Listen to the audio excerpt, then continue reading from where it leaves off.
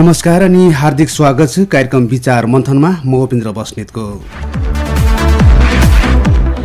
आज हामी प्रादेशिक आयुर्वेद चिकित्सालय बिजोरी दाङको वर्तमान अवस्था, यसले प्रदान गर्दै आइरहेका सेवा, आयुर्वेद उपचार पद्धतिप्रति नागरिकहरूको विश्वास र चुनौतीका विषयमा छलफल र बहस गर्दैछौँ। यसको लागि प्रादेशिक आयुर्वेद चिकित्सालय बिजोरी दाङका निर्देशक डाक्टर सन्तोष कुमार ठाकुर हामीसँग हुनुहुन्छ। उहाँ नेपाल आयुर्वेद मेडिकल काउन्सिलका अध्यक्ष पनि हुनुहुन्छ। यहाँलाई स्वागत छ कार्यक्रम विचार मन्थनमा। धन्यवाद। पछिल्लो समय यो प्रादेशिक आयुर्वेद चिकित्सालयको अवस्था कस्तो छ? अब अहिले हामीले प्रादेशिक आयुर्वेद चिकित्सालयको जुन उपलब्ध भौतिक पूर्वाधारहरू छन्, ती भौतिक पूर्वाधारहरूलाई स्तरोन्नति गर्दै हाम्रा सेवाहरूलाई सुदृढ गर्दै लगेको अवस्था छ र हाम्रो प्रादेशिक आयुर्वेद चिकित्सालयमा अहिले आयुर्वेदनिष्ठ जुन हाम्रो मौलिक चिकित्सा पद्धति हो, त्यसको ती मौलिक चिकित्सा पद्धतिमा उल्लेख भएका जुन मौलिक चीजहरू छ, त्यो सेवा जस्तै हामीले शल्य सेवा, पञ्चकर्म सेवा, शल्य शालाक्यको सेवाहरू हामीले चाहिँ सुरुवात गरेका छौँ। त्यस्तै बालरोग विशेषज्ञद्वारा पनि सेवा हामीले सुचारू गरिसकेका छौँ। भनेको पछिल्लो समय नागरिकहरूको आकर्षण कतिको बढ्दै गएको छ आयुर्वेद उपचार पद्धतिमा? अब मेरो बुझाइ के हो भने, जब यो आयुर्वेद चिकित्सा पद्धति हाम्रो सबभन्दा प्राचीनतम चिकित्सा पद्धति हो र अहिले बिस्तारै यो कोरोना काल पछाडि जुन अन्य विधाको जुन विकसित विधा भन्छौँ, ती विधाहरूको पनि अनुत्तरित भएको जनस्वास्थ्यको समस्या समाधान गर्न नसकेको अवस्थामा जुन कोरोना कालमा आयुर्वेदले खेलेको जुन भूमिका छ, त्यो भूमिकाबाट अहिले र प्रादेशिक आयुर्वेद चिकित्सालयले यहाँ दाङको हकमा जुन आफ्नो सेवाहरू व्यवस्थित गर्दै गएको छ, त्यसबाट मेरो बुझाइमा जुन बेड अकुपेन्सी रेट बढ्दै गएको अवस्था र ओपिडीमा पनि बिरामीको सङ्ख्या बढ्दै गएको अवस्थाबाट मलाई के लाग्छ भने आयुर्वेदप्रतिको विश्वास बढ्दै गएको मलाई अनुभूत हुन्छ। त्यहाँ नागरिकले बुझेर होस् नबुझेर होस्, अब थाहा पाएर अथवा नपाएर पनि मान्छे नगएको हो कि, अथवा मान्छेको चाहिने आयुर्वेद उपचार पद्धतिप्रति मान्छेको आकर्षण घट्या हो कि, तर जुन अनुपातमा मान्छेहरू जानुपर्ने हो नि, तर त्यो अनुपातमा मान्छेहरू उपचारको लागि त्यहाँ गएको छैन। अहिले साँच्चै भन्ने हो भने अहिले प्रत्येक ठाउँमा नेपाल सरकारले वडादेखि लिएर आधारभूत अस्पताल, पिएचसी लगायत अहिले दाङमै राप्ती स्वास्थ्य विज्ञान प्रतिष्ठान, राप्ती प्रादेशिक अस्पताल र स्वास्थ्यको सेवा स्थानीय स्तरसम्म पुगेको अवस्था हो। त्यसमा पनि अहिलेको अवस्था हेर्दाखेरि प्रादेशिक आयुर्वेद अस्पतालप्रति चाहिँ विश्वास बढ्दै गएको अवस्था छ र हामी कहाँ यो पुरै भेगका सल्यान, रोल्पा, रुकुम, प्युठानका चाहिँ जनताहरू आउने गर्नुभएको छ। एउटा विश्वास के छ भने फर्स्ट भिजिट जुन छ, केही भयो भने तुरुन्तै चाहिँ आयुर्वेद अस्पताल जानु पर्थ्यो, त्यो नभइकन जब सबै ठाउँबाट थकित भएर आएपछि अनि त्यसपछि चाहिँ आयुर्वेदमा उपचारको लागि आउने गरेको मैले भेटेको छु। त्यस्ता रोगीहरू चाहिँ निको भएर गएको अवस्था पनि छ।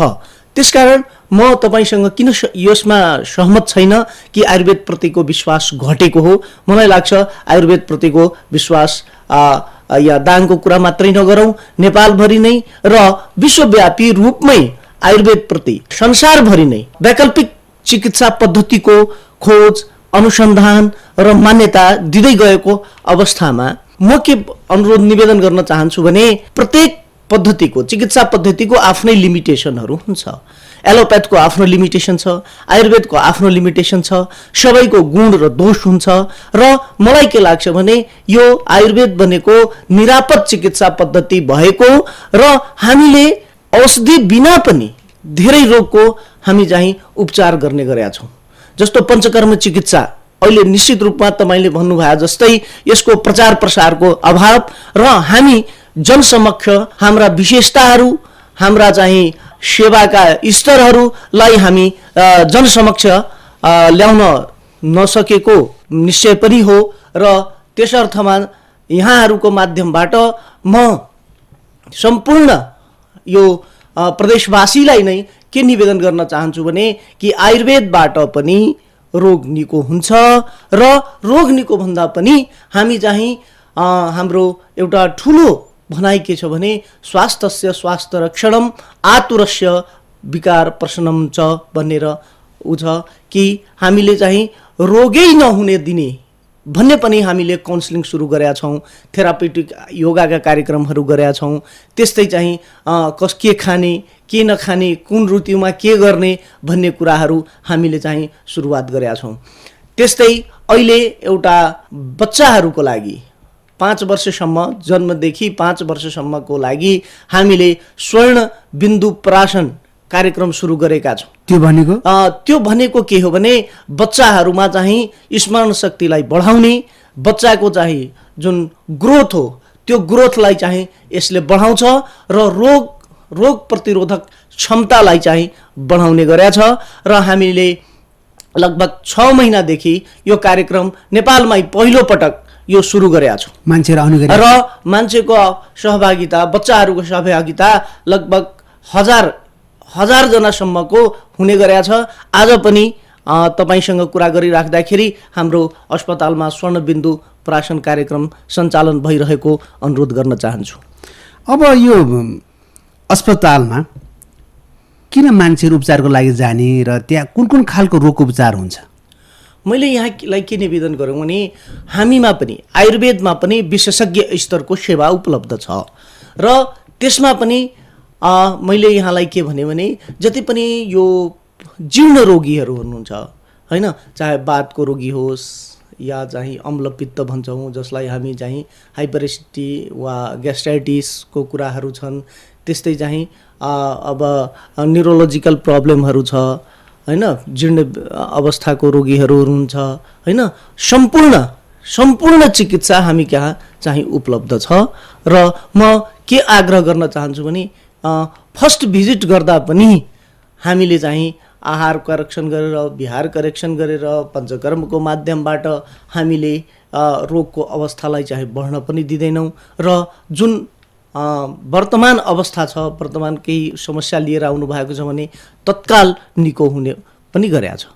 अब यो छारसूत्र भन्छ, पञ्चकर्म भन्छ, अग्निकर्म भन्छ, यो भने के रहेछ?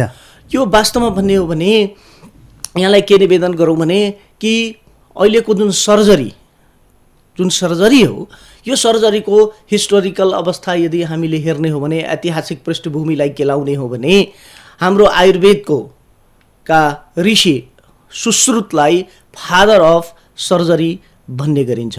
यो संसारभरि नै मान्यता छ र फादर अफ सर्जरीको रूपमा सुश्रुतलाई मान्ने गरेको छ। हाम्रो त्यो सर्जरीको विकास त्यही सुश्रुत संहिताबाट भएको हो, सुश्रुतबाट भएको हो, आयुर्वेदबाट भएको हो। र के भयो भने त्यसमै धेरै प्रोसिजरहरू, सर्जरीका चाहिँ विभिन्न प्रोसिजरहरूको वर्णन छ, यन्त्रशस्त्र उपकरणहरूको वर्णन छ तात्कालीन अवस्थामा। तर के भयो भने जुन अवस्थामा समयानुकूल त्यसलाई त्यो सर्जरीलाई अपडेट गर्नु पर्थ्यो त्यो चाहिँ गर्न नसकेकै हो। र अहिले चाहिँ जुन विज्ञानको देन भयो त्यो विज्ञानको देनले चाहिँ टेक्नोलोजीले गर्दाखेरि एलोप्याथिक सर्जरी चाहिँ यो रूप पायो र आयुर्वेदमा जुन वर्णित सर्जरीहरू थियो त्यो चाहिँ ओझेलमा परेको छ। र अहिले यो छारसूत्रको कुरा गर्ने हो भने हामी कहाँ आउने बिरामीहरूमध्ये 30% लगभग यही पाइल्स र फिस्टुलाको लागि जुन यो छारसूत्र विधिबाट हाम्रो सुश्रुत संहितामा वर्णन गरिएका जुन मेथड छ त्यो मेथडबाट हामीले छारसूत्र गर्ने गरेका छौँ। र के छ भने मोडर्न सर्जरीबाट, आधुनिक सर्जरीबाट रिअकरेन्स हुने हैन, एकचोटि अपरेसन गरियो भने पुनः भइराख्ने भन्ने अवस्था छ भने हाम्रो यो सर्जिकल प्रोसिजरबाट यदि हामीले उपचार गर्यौँ भने छारसूत्रको माध्यमबाट जुन अपरेसन हुन्छ हामी कहाँ, त्यसबाट के हुन्छ भने रिअकरेन्स हुने सम्भावना कम हुन्छ।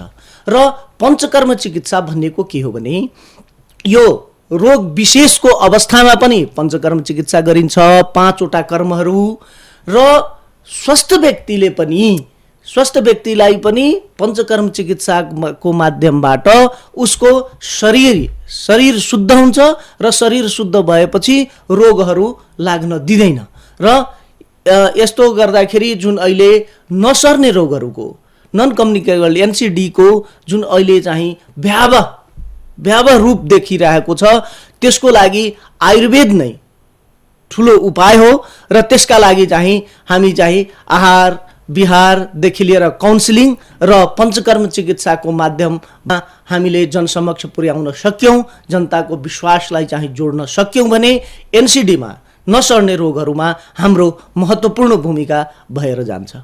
अनि अग्निकर्म भनेको अग्निकर्म भनेको पनि यो सर्जिकल प्रोसेस हो। यदि कुनै ठाउँमा चाहिँ केही अग्निकर्म भनेको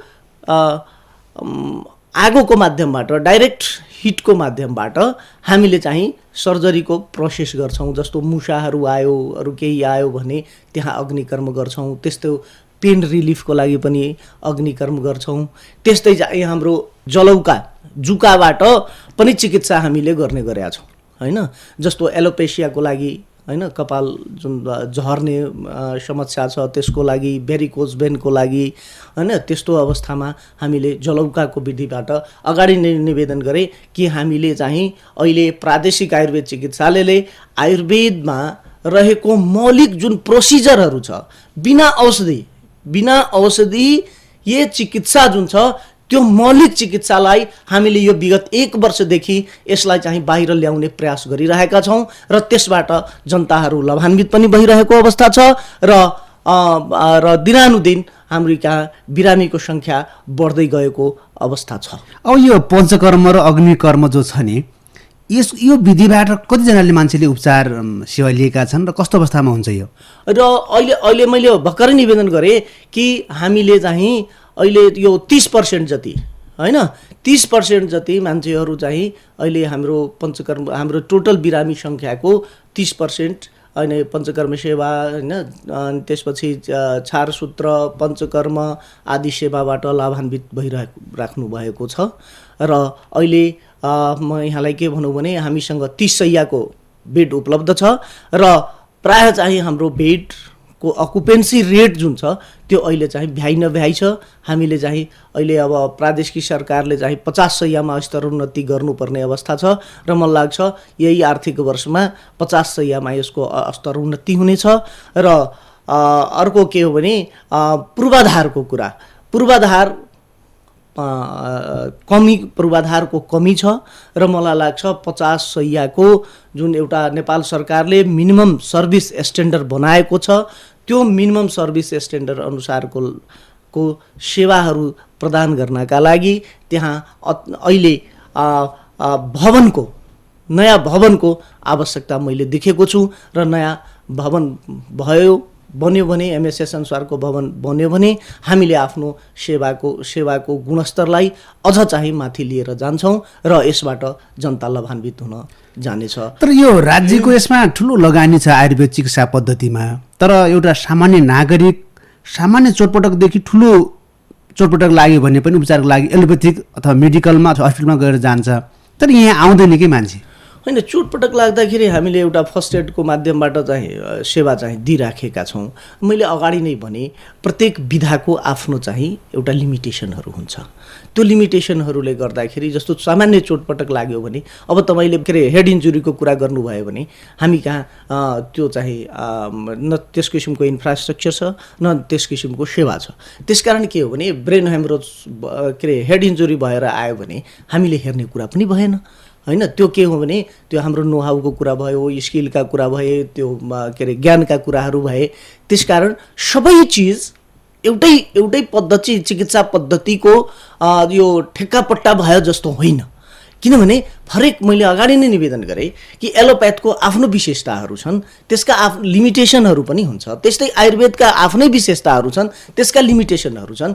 त्यसकारण हामीले भन्न खोजेको के हो भने कि हाम्रो आयुर्वेद चिकित्सा पद्धतिले जहाँ प्रभावकारी भूमिका हुन सक्छ त्यहाँ चाहिँ सरकारले ती चीजहरूलाई जोड दिँदै त्यही अनुसारको डायग्नोस्टिक इन्स्ट्रुमेन्टदेखि लिएर पूर्वाधारदेखि लिएर म्यान पावरदेखि लिएर ट्रेन है सरकारले जोड दिनुपर्छ। रह्यो कुरा यहाँले भन्नुभयो जस्तै लगानीको कुरा गर्ने हो भने एलोप्याथको टोटल लगानीको टोटल एलोप्याथको जुन बजेट छुट्याइएको छ त्यसको 3% मात्रै आयुर्वेदलाई छुट्याइन्छ। त्यो चाहिँ यहाँ मार्फत सम्पूर्णमा जानकारी होस्। भनेको न्यून लगानी छ राज्यको, एकदम न्यून लगानी छ र लगानीमा हामीले गरिरहेको जुन प्रयास छ त्यसलाई चाहिँ मन लाग्छ, त्यसले चाहिँ धन्यवाद दिनुपर्ने अवस्था छ। किनभने एलोप्याथको लगानी हेर्नु, टोटल हेल्थ सेक्टरको बजेटको जम्मा 3% आयुर्वेदमा सरकारले चाहिँ छुट्याएको देखिन्छ। अब त्यो 3% बजेटबाट हामीले जति गरेका छौँ त्यो अहिले हेरौँ, अहिले ठाउँ ठाउँमा चाहिँ हामीले नागरिक आरोग्य केन्द्रहरू हामीले स्थापना गरेका छौँ हैन। जिल्ला यो तुलसीपुरमा स्थित जुन राप्ती आयुर्वेद चिकित्सालय छ त्यसले चाहिँ अहिले नागरिक आरोग्य सेवा केन्द्रको माध्यमबाट हामीले चाहिँ सेवा दिइरहेका छौँ। एनसिडीमा हाम्रो ऊ होस्, रोगै नलागोस्, हामीले हुन पनि हो। जति अस्पताल खोले पनि, जति चिकित्सकको संख्या बढाए पनि हामीले हाम्रो यो मौलिक चिकित्सा पद्धति हो, हामी जडीबुटीको धनी देश भन्छौँ। त्यसकारण म के भन्न चाहन्छु भने उपलब्ध जडीबुटीलाई प्राथमिकतामा राखेर यसलाई चाहिँ अनुसन्धानमा हेर्ने हो भने सुक्को खर्च छैन। अनुसन्धानै नभएपछि जस्तो आवश्यक पर्ने त्यहाँ बजेट छैन। अब जस्तो के भने एलोप्याथी चिकित्सामा एउटा मेडिसिनको इनोभेसन गर्नको लागि नयाँ मोलिक्युल पत्ता लगाउन यहाँ सम्भव छैन। अरूले चाहिँ इन्भेन्सन गरेको हैन, इनोभेट गरेको मोलिक्युल्सहरू नै हामी प्रयोग गर्छौँ, त्यो सामर्थ्य पनि हामीसँग छैन। र आयुर्वेदमा हामी गर्न सक्ने भनेको आयुर्वेदमा हो। नयाँ मोलिक्युल, नयाँ मेडिसिन दिन सक्ने भनेको, संसारलाई दिन सक्ने चिज भनेको हाम्रो जुन दिव्य जडीबुटीहरू छन्, उपलब्ध छन्, जुन अरू ठाउँमा उपलब्ध छैन। त्यस्ता जडीबुटीहरूमा चाहिँ अनुसन्धान गर्न खोज्यो भने यसलाई हामी गरिबी निवारणसँग जोड्न सक्छौँ, यसलाई चाहिँ हामी बेरोजगारीसँग जोड्न सक्छौँ, बेरोजगारी समस्या हल गर्न सक्छ, कृषिसँग जोड्न सक्छौँ भन्नेको आयुर्वेदको बहुआयामिक पक्ष छ। यो मात्रै चाहिँ स्वास्थ्य विधा मात्रै नभइकन हामीले चाहिँ जनताको जीवन स्तर उठाउनमा हाम्रो चाहिँ ठुलो योगदान हुन सक्छ। त्यसकारण सरकारको पर्याप्त ध्यान गएको अनुभूति मलाई भएको छैन। किनभने अगाडि निवेदन गरेँ कि टोटल हेल्थ सेक्टर बजेटको 3% मात्रै बजेट छुट्याइएको छ। र म प्रदेश सरकारले पनि जुन रूपमा लगानी गर्नुपर्ने हो हैन, त्यो रूपमा प्रदेश सरकारहरूले पनि चाहिँ आयुर्वेदलाई प्राथमिकतामा राखेर, मेरो भनाइ के हो भने जहाँ जसको आवश्यकता छ आवश्यकता अनुसारको संसाधनहरू राज्यले उपलब्ध गराउनुपर्छ। र कुनै चिजलाई विकास गर्नु छ भने त्यसलाई चाहिँ अलिकति राजाश्रय भएन भने भन्नाले राज्यको ध्यान पुगेन भने, त्यसलाई प्राथमिकतामा राखेन भने हाम्रो विकास हुन सक्दैन। भनेको स्थानीय सरकार, प्रदेश र सङ्घ सरकारले कुनै यसलाई मतलबै गरेन हैन त। सामान्य रूपमा जुन रूपमा गर्नु पर्छ त्यो रूपमा गरेन। हो, एउटा के हो भने परम्परादेखि चलिआएको चिज हो हैन, शाश्वत हो, कहिले नाश नहुने, आवश्यक छ। सबै चाहिँ प्राय सबै पोलिटिकल कमिटमेन्टदेखि लिएर अरू सबै यहाँहरूले प्रत्येक मञ्चबाट चाहिँ आयुर्वेद राम्रो हो, राम्रो गर्नुपर्छ, राम्रो छ, यसले राम्रो गरेका छ भन्ने चाहिँ कुराहरू आएको देखिन्छ। तर तदनुकूल प्राथमिकता दिएर त्यसलाई जुन संसाधन दिनुपर्ने हो, जुन बजेट दिनुपर्ने हो, जुन म्यान पावर दिनुपर्ने हो, त्यो दिएको अवस्था चाहिँ छैन। अभाव छ नि त, अभाव त छ। अब डाक्टर ठाकुर आयुर्वेद चिकित्सालयमा आइसकेपछि धेरै सुधारका कामहरू भएका छन् भन्ने कुरा पनि आउने गरेका छ। अब तपाईँले भनिदिनुहोस् कि यो रोग लागेका मान्छेहरू हाम्रो अस्पतालमा आउनुहोस्, यो ठिक भएर जानुहुन्छ भन्ने त्यस्तो के छ? अब यस्तो के हो भने म आयुर्वेद चिकित्सा परिषदको अध्यक्ष पनि हुँ। सामान्यदेखि यसरी रोगमा, डिजिजमा क्लेम गर्न पाउँदैन, त्यो चाहिँ आचार संहितामा पर्छ हैन। यो ग्यारेन्टीका साथ जति पनि यो यहाँहरूको माध्यमबाट, यहाँहरूको सञ्चार माध्यमहरूलाई के अनुरोध गरौँ भने यसरी डाक्टरहरूको विज्ञापनहरू पनि नगरिदिउँ। किनभने हामीले यहाँहरूको प्रेस काउन्सिललाई पनि अनुरोध गरेका छौँ कि यो फेक चाहिँ अनावश्यक किसिमको कपाल उमार्ने, यो ग्यारेन्टीका साथ यो हुने, ग्यारेन्टीका साथ हुने भन्ने कुरा, यो ग्यारेन्टी शब्द चाहिँ चिकित्सा शास्त्रमा हुँदैन। त्यसकारण यो इथिक्सभित्र पर्छ।